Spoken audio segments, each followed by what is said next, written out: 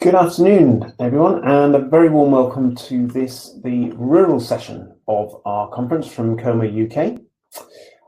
I am delighted that we are having a session focused on rural. We always wanted to in the planning, something we've not exactly done before in our conferences. And that delight's been backed up by the fact that the topic of rural has come consistently up in every discussion, every session we've had so far. Very often said, and indeed it's been said in our own chat box in these sessions already this week, that shared transport focuses a lot on the urban, not so much on the rural. But we think at COMA it has a role to play. It is already playing a considerable role there, and we think it's got a greater future role too. So to discuss all that, I'm delighted to say we have a great panel of speakers here in this session, and we'll be hearing from them in just a moment. We'll then have a chance for some Q&A altogether here. So please do throw questions into the chat box as we go along, as they occur to you. And then we will move over to Zoom, where we will share the mechanics of that at the time and give you time to move over, where we're going to split into three different discussion rooms. One on policy with the professors, Professor Pickup and Professor Bosworth, chaired by me.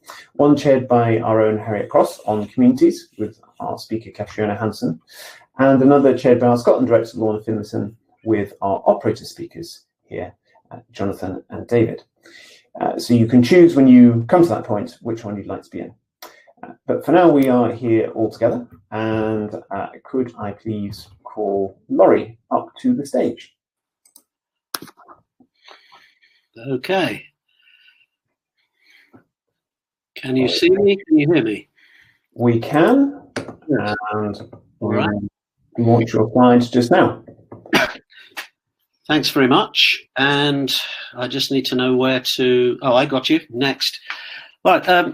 Good afternoon, everybody. I'm speaking from central Italy.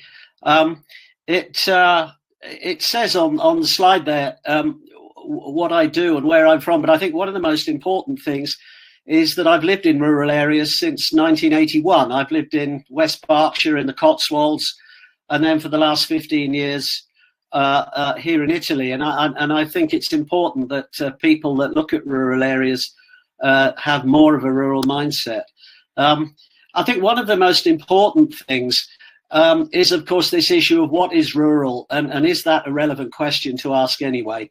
27% of the EU population, they say, lives in rural areas, but there's a huge diversity there. In Denmark, for example, anywhere over 300 people is classed as urban, and 70% of the Danish population live in small settlements. So if you start to play around with the statistics, the 27% quickly becomes 33%, and then it becomes more, and in about 4 countries, it's almost 50% in the EU. And so given the fact that rural areas actually have been rather neglected for the last 20 years while we've been talking about sustainable mobility, you're talking about quite a proportion of the population of Europe, at least. The key issues are population density and settlement pattern rather than rural and urban, and also social structure. Hold on, next and next. Good, I'm working it. One thing that's very simple is it sounds like it's stating the obvious, but rural areas are not quiet areas. They're areas, places of rapid change, economically and socially, be they depopulating, for example, in Eastern Europe, or repopulating, as examples in the UK. And I think that's an important simple point to make. They're not quiet places. And I come up with these 4 categories of society in rural areas. And in any area, you'll have a cocktail of these moving in a dynamic way. You'll have the locals, who are the farmers, forestry, fishing, mining, tourism, the core of the rural community. But equally, you're getting the incomers. There's David Beckham there, moving to my old area in the Cotswolds. Equally, in this area where I live now, you've got Moroccan immigrants coming in to work the land. So there's a whole mix of incomers. There's also the homecomers, people moving back to the rural areas, possibly on the COVID advantage, as it's called. And fourthly, you've got the visitors, which are not only tourists, but people who work in the rural areas. They may be in hotels or fruit pickers or whatever. And so there's a dynamic rural society, much more mixed that there wasn't, should we say, 20, 30 years ago. Which brings us to rural shared mobility, because somewhere in that continuum between urban and rural, there is a role for different types of rural shared mobility around fixed bus and rail services. And I think the point is to identify those places on the continuum where they fit very well, and those areas where with a bit of tweaking they might work. Perhaps technology has a role. If you go to Finland, for example, they're very highly tech in their DNA. They're talking about rural mobility as a service. In other areas, for example, in Austria, they're saying, well, will rural mass really work? Because if rural services are so volatile and fragmented, it doesn't matter what mass system you have, the damn thing's not working. So that's one issue for discussion. The need for new flexibility in financing. In France, there's a new law which will allow for rural transport planning from the Versement Transport, the financing. But you can't use that financing for shared mobility and community services. You can only use it for fixed transport. So there's issues there. And I think the thing to understand is that bottom-up mobility has a role to play. I've just got a couple more slides. One of the things that we did find in all of the work we've done internationally over the last couple of years is that few countries are actually planning rural mobility. Rural mobility is planned as an afterthought to an urban plan. And most of the narrative and the expertise that come in have the urban lens. I think that's important. Rural transport has fragmented governance, financing and operations. It bits put together, and it needs more of a vision than that. What in my company we're calling rural green prints. We need to change the mindset, working from rural areas, not from urban areas. We need to recognize that COVID will make financing even worse in the years to come, but that there may be some green shoots from the COVID advantage. And my last slide is basically to say that we're gradually moving from transport to mobility to accessibility. And this is an important transition. Accessibility was around when I started in the mid-70s. Of course, they've always been around. But now we're really looking at accessibility as the objective and developing the so-called village effect. What I call the third question. 20 years ago, if you wanted something, you had to travel. Now, with the elephant in the room of the internet, we need to be thinking fidgetily, physically and digitally, and they need to be worked together in our planning. The first question, can I do it online? The second question, can I do it online and get it delivered? And the third one, do I have to travel? Can I get it locally? And those questions are more in focus in rural areas. So we have to start with strategies for travel avoidance and to develop diversity strategies alongside. So that's me. That's my 5 minutes. If you do have any innovative mobility initiatives, in my global working group for the ITF, we're looking for good examples. Please get in touch. And I look forward to the questions. Thank you. Okay, Richard, back to you. Laurie, thanks so much. That is absolutely fantastic. I found myself taking copious notes there. I think there's loads of great food for thought. Thank you. Speaker up, please. That's to say, that is Katrina.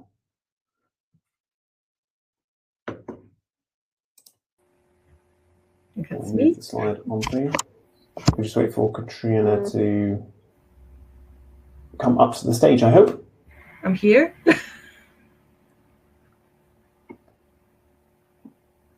Definitely here.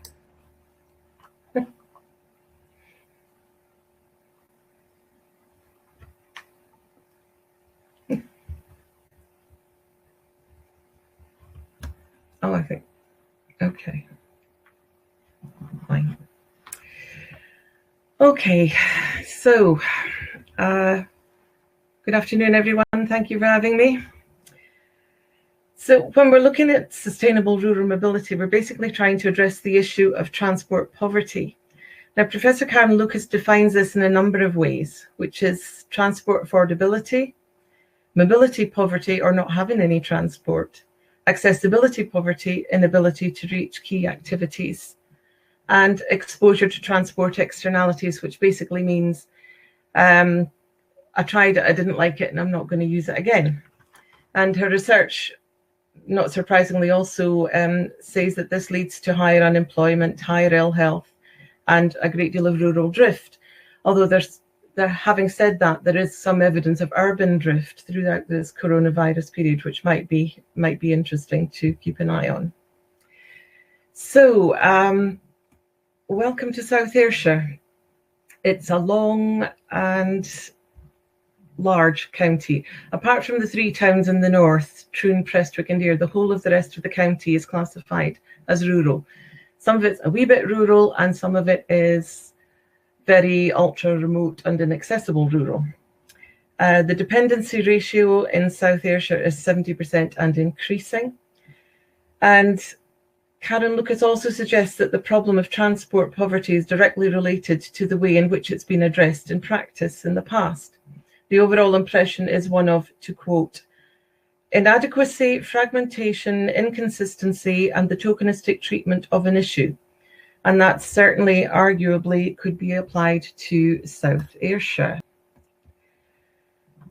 These are some of the transport issues we have in rural South Ayrshire. Low levels or none in public transport.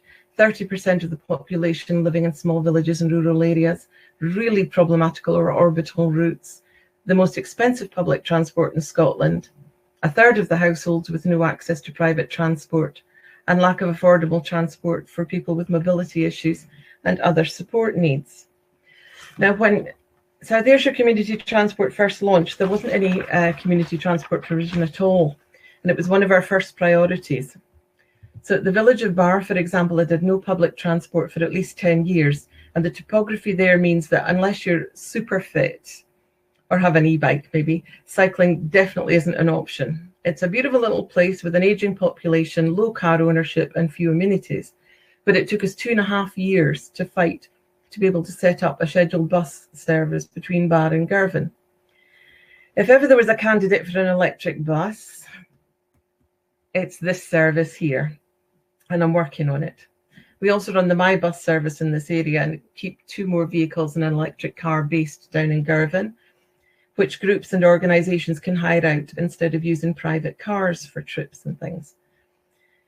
It's far from perfect, but our shared transport offer provides services within the limits of Permit 19 and 22 legislation. It enables a lot of people to get out and access health and social care, achieves a modal transport shift for many, and reduces emissions due to having fewer private cars on the road. We even deliver the rolls in the newspapers to the local shop. But it's not all about Bar. More recently, thanks to Scottish Power's Green Economy Fund, we started up our electric car club, offering low-cost car hire to the residents of Ayr North. It had a bit of a slow start, but it's been increasing in popularity recently.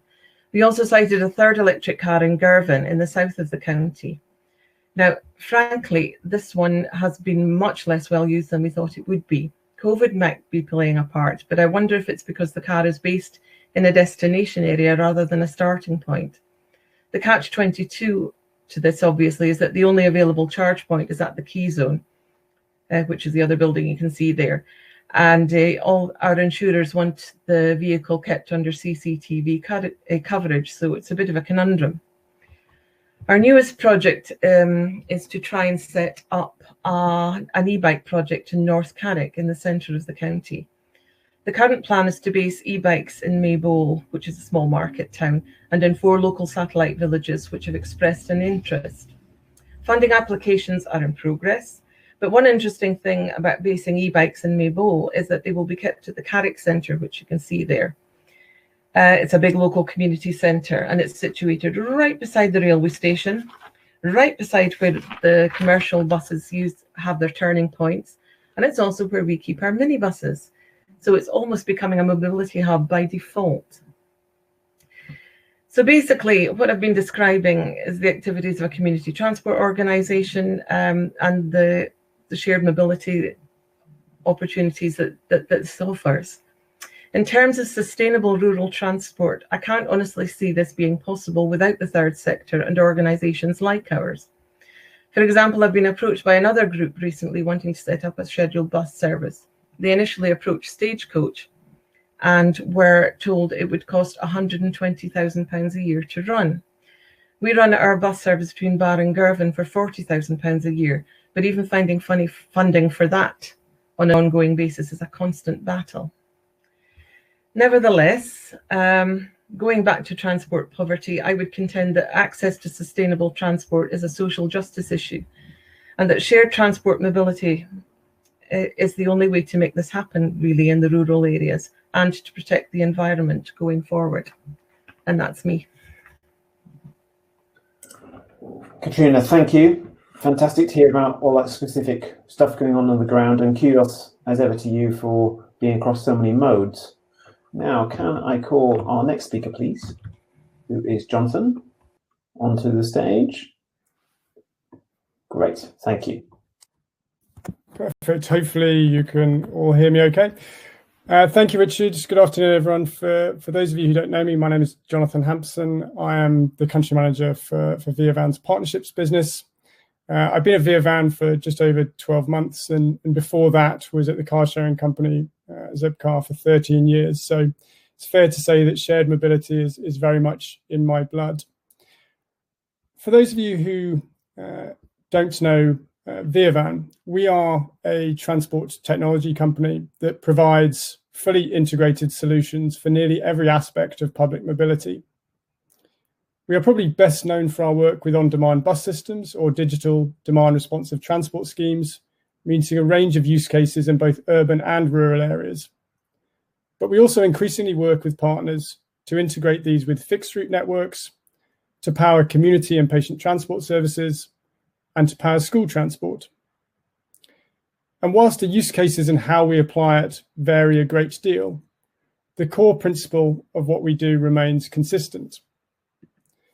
At its most basic level, the technology does three things. It uses complex algorithms to pair people traveling in the same path. It matches those people with the best vehicle for that shared journey. And finally, it directs both passenger and driver to the best virtual stop. It's all dynamic. There's no fixed routes, there's no fixed schedule, and there's no fixed infrastructure required. And we bring a good amount of experience as we do this. Around the world, we have 150 projects in over 20 countries. But more interestingly, in the UK, we power a number of the best known on-demand schemes. Each of these projects is very different, which I think underlines the very broad way that this technology can apply. We work with different types of organisations, from transport authorities to councils to operators both large and small. And vital to this conversation, our projects are very much both rural and urban. And this is because our founding mission as a company was to provide a technology upgrade to public mobility of all types and in all settings. And it was our founders' strong belief that public shared transport has to be the absolute cornerstone of any successful transport system. This mission seems more relevant than ever. The need for strengthened public transport should be very, very clear. Even before COVID came along, transport was at the heart of some of our greatest challenges. And whilst urban transport challenges often get the most airtime, the rural challenge is no less significant. And it is a reality that rural transport is in crisis. 10 years of cuts to supported bus services has left many rural areas entirely unserved by public transport. We cannot, on the one hand, declare a climate emergency, and on the other hand, leave rural communities with no way to get around at all other than private mobility. And it's worse than that. For those who don't have a driving license, we are leaving people unable to access the jobs market, local services, or even the most basic of human interactions. So we have to do better by our rural communities. And we believe very strongly that we have the tools to do it. Demand responsive transport, or DRT, often provokes the reaction that it's been around for a while. But digital demand responsive transport has come a long way in its ability to meet the demand of rural communities. Schemes like this one in Tees Valley show what is possible. Launched at the start of the year, despite the pandemic, it has been tremendously popular. And it isn't difficult to see why. It reconnects whole communities around Darlington, Stockton, Hartlepool, Cleveland and Redcar that had lost bus services in the last 10 years. And from having no bus service at all, the average wait time from request to pickup is now 22 minutes. And it must and does work for all. Requests can be made by app or by phone, though actually digital adoption has been really high with this service. Around 80% of trips get booked via the app. Using technology like this can achieve so many things, but I'm going to call out 3. First is this example shows. It means that people and places which today have no or limited public transport access can be served again. In doing so, it supports economic mobility and equity by ensuring that everyone has the same access to public transport. And the injustice which leaves many of the most deprived people in society with no easy public transport service at all can be addressed. Secondly, it's proven to facilitate modal shift out of the private car by allowing the bus to compete with car use on quality and convenience. If people can request journeys when they need them to the places they want to reach, rather than when timetables allow, they are more likely to use buses. Finally, it provides resiliency in our transport networks at a time where the need for this is very clear. Because there is no fixed infrastructure, as demand changes, it is much easier to match supply and ensure we are always meeting any given demand in the most cost-effective way. So it's fair to say that we feel pretty passionate that shared mobility absolutely has a role to play in sustainable rural mobility. And I look forward to the discussion. Thank you, Richard. Back to you.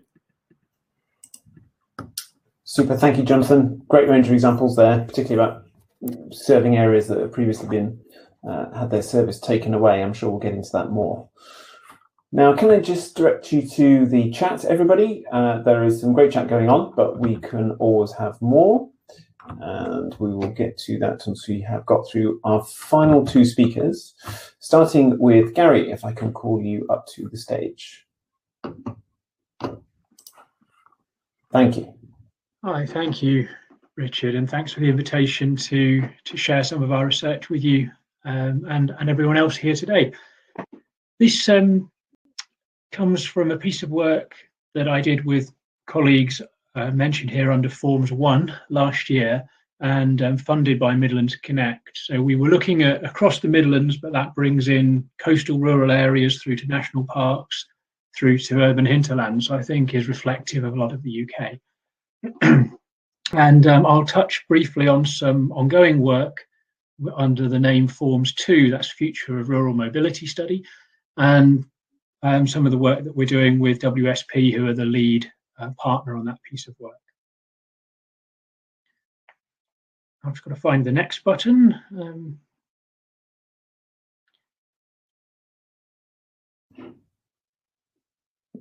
Gary, it should be down the bottom of the screen, but I can press it on for you if you like. Thank you. I've got it on the screen now. Yeah, thank you.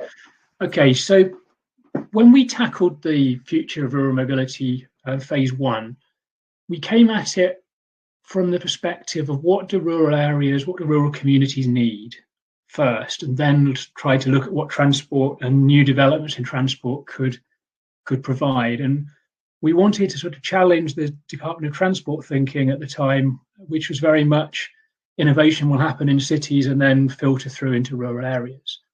We weren't convinced that that was going to deliver the solutions that rural places needed. So the slide you can see in front of you really sought to identify different types of needs across this sort of dichotomy of business economy needs and social community needs. And one thing we sort of push forward there is that actually these differences aren't that great, because we've tried to match the two sides, as you can see. I mean, businesses need skilled workers, but the community needs the opportunity for skills provision and to raise aspirations. And going further down, the quality of life that of course is important for people living in rural areas, but we heard from businesses time and again, it's really important for them to attract workers to grow their business and so on and so forth. So we looked at that whole range of needs, and we did some surveys of different groups. And some of the key findings, we've already heard from Lawrence about the diversity of rural areas, but that comes through again in the needs. These different rural communities have different needs. So the transport issues are not going to be consistent. You can't just come up with a one-size-fits-all strategy. And the second point there, we understand that rural communities are likely to have fewer transport choices in terms of economies of scale, but the impacts aren't just about the individuals, it is about businesses, it's about recruitment, it's about qualified employees, it's about getting your customers there. This was in a pre-COVID era, of course, that these conversations were happening. And then the fragmentation of demand came through as a real problem. We had school buses, we had hospital transport, we had different private transport, but not necessarily at the right time, not necessarily serving everyone simultaneously. And that led to what was already a sparse set of needs to being a fragmented and sparse set of needs. So we came forward, as I'll say in a moment, to the idea that you've got to sort of bundle this demand together to be able to provide the sort of solutions that the technology, that different social innovations might generate in the years ahead.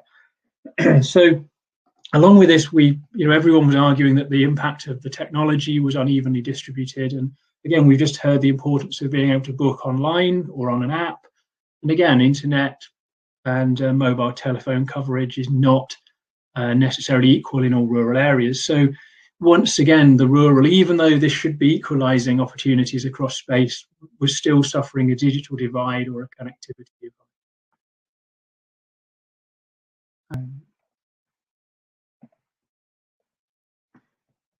So inspired by some Belgian work, and I've seen similar diagrams to this throughout the course of the day, we started to push forward the idea that mobility hubs could be a key solution, but really arguing in the light of sort of smart rural development theory and so on, that this isn't just about putting all the technology in one place. This has to have a social dimension. This has to have buy-in of communities who are part of the design, not just consulted, but engaged in it, so that they will use it, so that businesses see the value of locating there and so forth. And that led, try its habit to press the down button and not the next button. So that led us to really try and think what these hubs could do and how they would be potentially influential in different rural spaces. And this was a notion of demand bundling that we were talking about.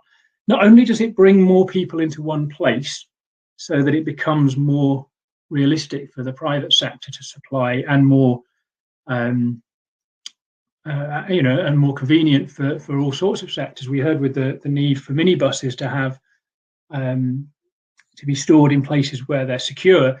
Again, if you're creating these spaces, all sorts of value can be gained in a rural place. So if you bring the people together, you've got the critical mass to make something more viable. You've also got the space for the technology to work. And the data science book there, I had to put that in for Charles Fox, a colleague on the first project. But being able to use data science to inform where demand is, to plan routes more effectively, again, can be done much more cleverly.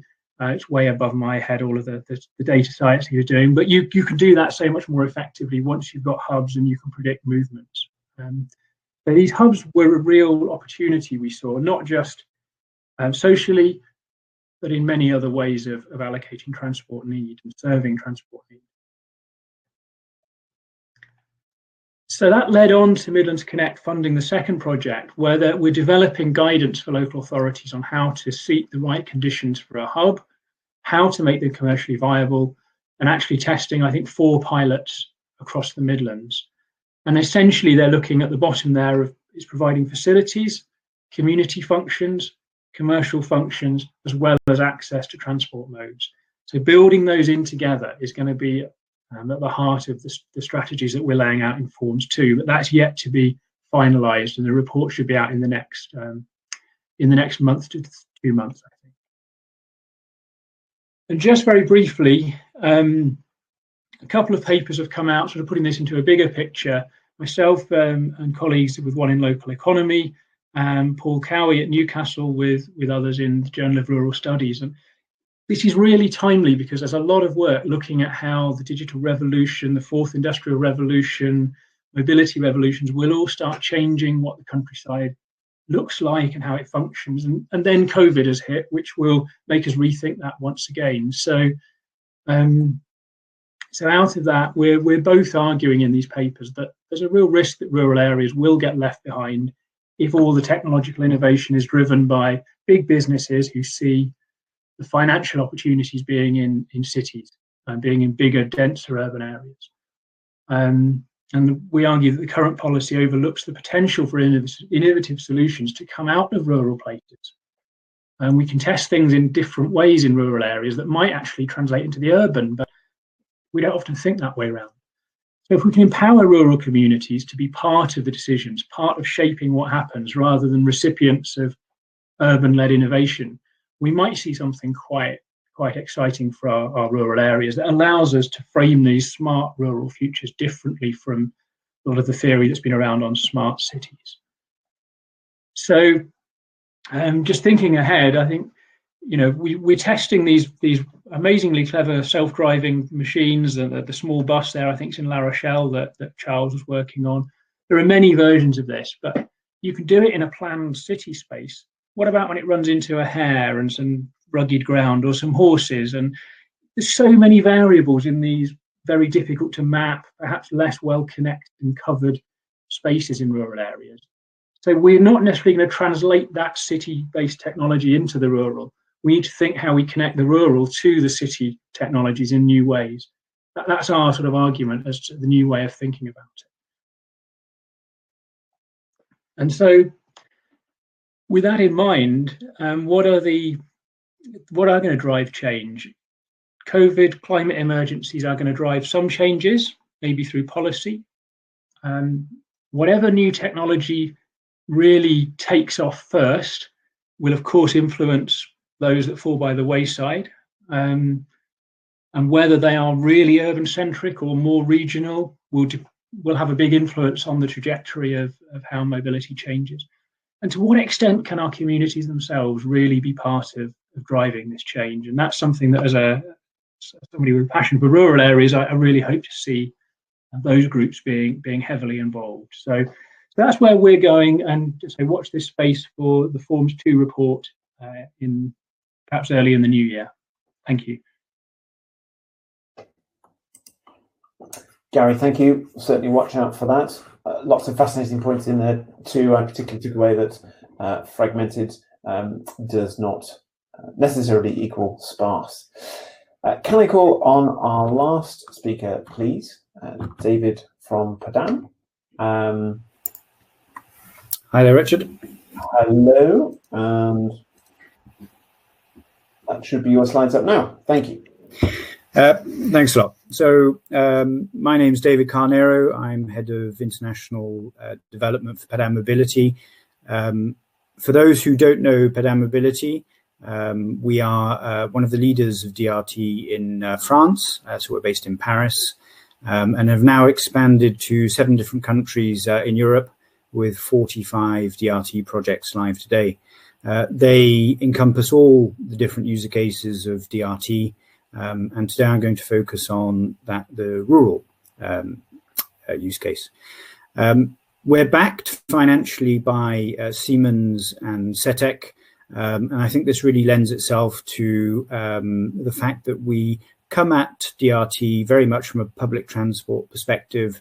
We're backed by big players in the public transport industry, and that is something that's very core to what we do.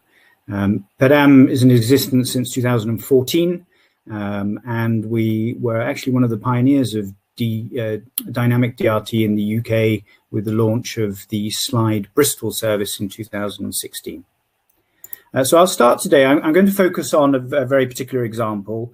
I've gone as rural as I can, and I'm going to talk about an area in France because that's the most rural example we have in the area around Cherbourg that most of us will know if we've taken the ferry. So this area covers an area of just under 1,500 square kilometers, has a very small population of just under 200,000 people. And here it's very concrete that traditional transport was not economically viable in this area. So we worked with the authority to launch DRT as an answer to that problem. So what I'm going to put out is rural mobility a nightmare or is it an opportunity? Needless to say, we're very much in the second camp. And to give a bit of context or a reference point, I'm going to cover South Yorkshire to compare with the area we've just talked about in Cotentin. So if you remember, it was just under 1,500 square kilometres. So South Yorkshire is just over. And if you remember, I said that there are less than just under 200,000 people, whereas South Yorkshire is 1.4 million. So really is a rural example that we're going to show today. So here, what we have is, I just wanted to give you a couple of diagrams. So I'm going to start on the left-hand side, where you see Cherbourg, which is the grey area towards the top of the left diagram. And you see how the service is broken up into different DRT service areas. And here what we've done with the authority is we've broken up those areas based on, in inverted commas, large towns / large villages that are in the area. So they act as hubs to connect to the mainline bus service or train stations, with a focus on getting people from these very rural areas into the city of Cherbourg. If we look at the right-hand picture now, here you see a further breakdown. So the last diagram was very much on a macro level. Here what we're doing is we're breaking down one part of that region and showing how with the red and white areas that you can see the actual DRT service area. And as you can see, it feeds into the circles which represent hubs. So in the majority of cases, they're actually bus routes, but there are also some train stations as well. So, and as you can see, that's expanded out over the whole region, and is very focused, as I said, on bringing people from very rural areas where where fixed line bus services just don't stack up economically. And then what I wanted to do is actually share a little bit in terms of results, and there are a few surprises here which we're particularly interested in sharing. So first of all, obviously the numbers, the number of passengers per month, we're not going to be talking the hundreds of thousands or millions because of the rural environment. But actually what we did as a result is we 10x'd. So 10x the usage versus the conventional DRT, which was already in place. So this shows that through technology and through working with the authority, we really can make an impact on how many people use the DRT service, and therefore really impact on rural areas. Here, so this is specific to this project, but more than 80% of bookings were done in real time. More than 90% of bookings were done via the mobile app. So this really shows the importance of the digital side of the project. We'll understand why in the next slide, in terms of such a high percentage of bookings were made via mobile. And that's because the largest share of users was actually the under 18s. So that obviously corresponds with people who are very digitally savvy, etc., etc. And it's not just in terms of, so with the young people, it wasn't just a service that took them to school and back out of school. It was actually a service that they could use for extracurricular activity as well. And here there are some very, what I believe, poignant examples. So we have an example of a 12-year-old girl who talks about how it's really changed how she gets about, especially in the winter, where there's no public lighting because it's a very rural environment, and she would have to walk up to 30 minutes in that kind of environment. Now, any parent will understand that that's just absolutely, definitely not great. Also, parents were big beneficiaries of the service. In these kind of rural environments, as we know, car traditionally is the predominant way of getting about. So can be up to 60% plus of journeys are made by car. And here we were able to really impact that. So as Jonathan said, we're able to show and demonstrate a real result in terms of modal shift and how people get around.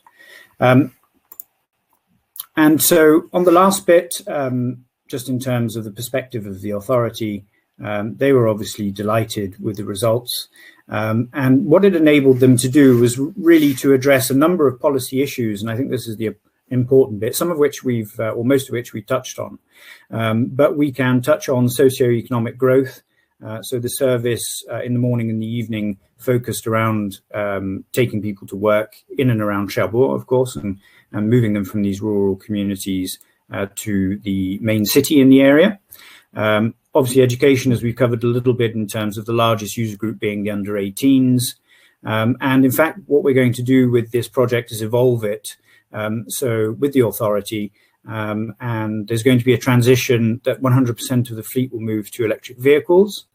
100% of, so that's in terms of air quality and pollution policy. And then there's also an objective to move the entire fleet, so 100% of the fleet, to be paratransit capable. And as we've touched on before during the different presentations, that really is to address the accessibility for all. So there we go. That's an overview in terms of a concrete example of a project that has been run in a very rural environment. Over to you, Richard. David, thank you for that. Fascinating also. Now, can I call all the speakers onto the stage, please? Thank you. And let us get into the Q&A, where we have plenty of good questions flown in already, which is, we'll run this for perhaps 15 minutes or so, and then get into the breakout rooms I was talking about earlier. Could I start with an interesting idea from Robin Poynton, Grow Travel Solutions, about what he called Postbus Mark II. So we're all aware of the rise of vans, generally in the UK and including in rural areas. Lots of deliveries now are, you can make them, you can have them delivered from online purchases, as Laurie was touching on. So more of these things running around in rural areas. Is that an opportunity for any form of shared transport, shared mobility? Yeah, if I might come in, I started working at my first years at the Road Research Laboratory down in Crowthorne, where we were doing Routex experiments in '75, and one of those, of course, were post buses, which we had running up and down the Lake District. And I see no reason why they can't be in the shopping bag now to look at new possibilities. I think all of these options need to be looked at, and as part of some form of wider strategy to actually try and reduce the need to travel. And I do say that, having worked all my career on disadvantaged transport groups. But we need to get these different levels worked out. I did see there was a good question from Fergus about the deliveries. And I would say that it is an important issue, but it's a second level issue. But the post buses, I certainly yeah, let's see what we can do. Catriona. Yeah, we looked at this for one thing, that another little project that we were looking at, and the problem there is the legislation. There's all manner of reams of legislation from the Department of Transport that mean it's not feasible anymore. Not without running it like a sort of my bus service, which is what we do anyway. But that's pre-booked and so on and so forth. You can't just sort of stand out on the road and put your hand out as the post bus goes past anymore. You can't do that.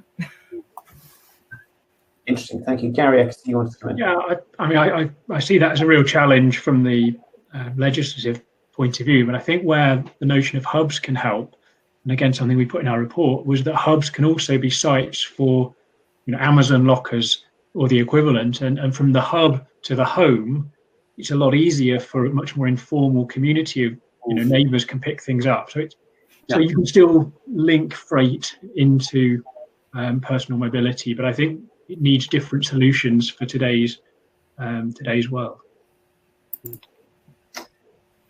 Jonathan or David, if you want to come on this.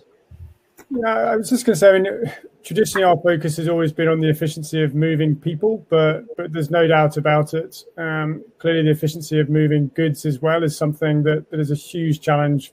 And so we've just acquired a company to help us move into that challenge as well. And I think what we see potentially in the future with the capability to do both is actually in certain scenarios, how can we merge those two things together?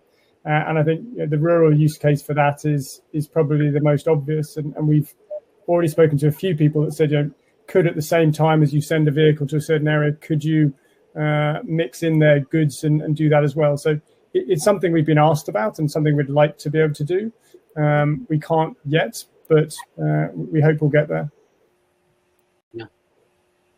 I think the thing is, you can put goods onto a minibus. You just can't put people onto a delivery van. Yes, and that would be the way, obviously, around we would be doing it. But yeah, it's interesting. Yesterday, I was having a conversation about this issue involving low altitude air mobility with drones to spaces in villages that you could use. For example, a school playground outside school hours. And something like that, where there could be a business model that could be a win-win situation. So I think we need a lot of out-of-the-box thinking here, and it's an exciting time. As somebody said, there's opportunities here. I think it was Gary mentioned. This is an area where there are opportunities. And you couldn't do drones in the cities first. There's not the space. There's too many things in the way. So yeah, rural can be at the forefront of that, can't it? Yeah. Very interesting, thank you. It seems to work with the Isle of Wight, doesn't it? Yeah. Sorry. Question from Jenny Milne about hitchhiking. I think we certainly sort of touched nearly on anyway at Como, and I think is interesting. So the question is, does anyone have any experience or knowledge on this? Our anecdotal sort of travel, we know that some Scottish areas hitchhiking is probably the dominant form of sharing, as far as anyone's able to piece that together from looking at Facebook groups, etc. But no one's got good data on it. So I just throw that out there in case of any point. Yeah, well, I'm rising to Jenny because she's on my working group. And the Resipus, I'm sure David will have something to say perhaps on this as well. The Resipus in France is quite popular in areas where there are no public transport. And effectively, it's using apps to book lifts, and I have to say the evidence shows that it does seem to be quite successful. But personally, I raise an ethical issue here. What do we want rural transport to be? And do we really want women and young girls sitting on benches at the end of villages waiting for a lift, albeit from an app or not? I think it raises a more fundamental issue. But against that, it does seem to be gaining in popularity in some countries, in France in particular. Thank you. David, do you want to come in on that, or I can move on? No, nothing more to add. So, as I'm very new, I haven't come across that example yet. So, just to say, I think the key with the lift share apps is that the app has to also embed the security, the micropayments to the person offering the lift, to incentivize them to do it, but also that absolute security of knowing where your vulnerable individuals are all of the time, which means the rural areas have to not have black spots where suddenly that mobile reception drops out. Who knows what's happening to them? And that's where we need this 100% coverage, isn't it? Yeah, very good point. Different kind of connectivity, but increasingly fundamental to everything we're talking about in this session, isn't it? Building on that, Ali Clabban asking, what role does the panel see for carpooling in rural areas post-COVID?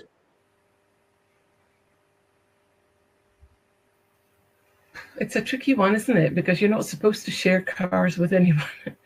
And certainly, speaking as somebody who's about to go into a tier 4 area, it's just, yeah.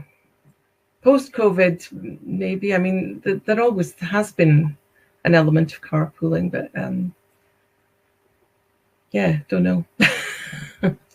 As part of the Smarter project that we're currently involved in for the European Parliament, we've got a couple of carpooling trials, but they shut down during. We weren't able to trial or evaluate them. I think they have their place in the overall transport mix for a region. So let's stick with the rural mobility theme. So now I don't have any data, but BlaBlaCar is obviously a massive operator in France. And I have friends who actually book one with their mountain bike, and they travel to the Alps on BlaBlaCar. I think it fits in an overall mix of the transport offering, but I don't have any data points or anything like that I can share. Just very quickly, we found one really neat example. I think it was Worcestershire, but it was in the West Midlands, where it was a company at the heart of it. So the company ran the carpool, so its workers could get there by public transport, but if they had to go out on the job, they could hire a car. If they wanted a car for the weekend, they could borrow the car. So rather than it being at the community level of being running it, maybe there are different organizations that could host these that would be more functional ways of thinking of it. Yeah, that's interesting. Thank you. A clutch of DRT questions. So let's get into those. One on average occupancy levels. So particularly Jonathan or David, I don't know what you have to share on that front. So I start? I mean, I think, and I'm sorry to give a vague response, but clearly it very much depends on the scheme. We probably have schemes in the most rural of areas where utilization occupancy is around the 3 mark, going up to anywhere towards 12. I think when you get higher than that, then you've got to be asking, actually, is DRT the right solution? Or actually, do you have the volume of ridership where actually a fixed route bus might make more sense to do that? So I think typically we sit somewhere, almost all of our schemes around the world sit somewhere between those two levels. And it very much depends on the area, how dense it is, as to where on that spectrum it sits. So yeah, absolutely same as Jonathan in terms of it depends on the specifics of the DRT, how it's put in place, et cetera, et cetera. Going back to the example I showed in the presentation, so that is a very, very rural environment, very low population density, and there. So we actually measure one of the ways we measure it is in terms of pooling, in the sense more than one person on the vehicle at a given time, and there we were over the course of the year we were at 60%. So in such a rural environment, and I bring you back to it's 10 times less people than South Yorkshire, that was quite good. We were quite pleased with that, and so was the authority. Thank you. DRT's role in reducing private car use is another question. And I wonder if that's something you, either of the operators in particular or any of the rest of the panel have looked at. I think it's got a very, very significant role to play in decreasing private car use. I think what is going to get people out of private cars, they're going to need to be able to believe that they can get where they want to go, when they want to go there. For too long, regular public transport has failed in delivering that value proposition. And so that's why actually in most areas, public transport has declined in ridership, and really the private car has been winning. I think where DRT can start to shift the balance back in favor of public transport is because it can take you exactly where you want to go and when you want to go there. So it can deliver on that flexibility and convenience. So I think it's certainly got a very significant role to play in. And I think some of our data shows it. We collect data on all of our schemes in terms of modal share. And consistently, they show that people are getting out of private cars and using DRT. So we've seen it in hard evidence as well. Well, I think it's interesting is when you break down the different types of people in the area. So, for example, in a rural area, you can have people who very much want to reduce the use of their private car or not use it at all, but they're not able to. So they're forced to get about. And I think that's one aspect. We, across projects so I'm going to extend it from rural to rural plus peri-urban. But we, one of the key goals of projects we run is to move away from private car use, as with VIA. And we're looking at 25 to 30% as an average, 25 to 30% of the people who use the DRT service have moved away. So how can I put it very precisely? Would have used a private car if the DRT service wasn't in place. So I think, they're massively important metrics to us because we're always linked to policy around reducing congestion, improving air quality, et cetera, and that's one of the key metrics to use to measure that.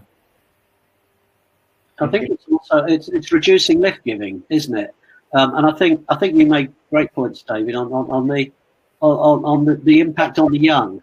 We came across this with our rural transport experiments in Kilkenny, where in Ireland, where the young people, they've got nothing to do after school or after college, and it really is a group of the population which needs addressing, and that they find these types of services very, very attractive indeed, compared with something like Bürgerbus in Germany, which is more taking elderly people. But I think this young population, and of course, if they have trust in the DRT service, then maybe they won't get mum and dad to give them a lift wherever they want to go. And I think that's a very strong point that's been made.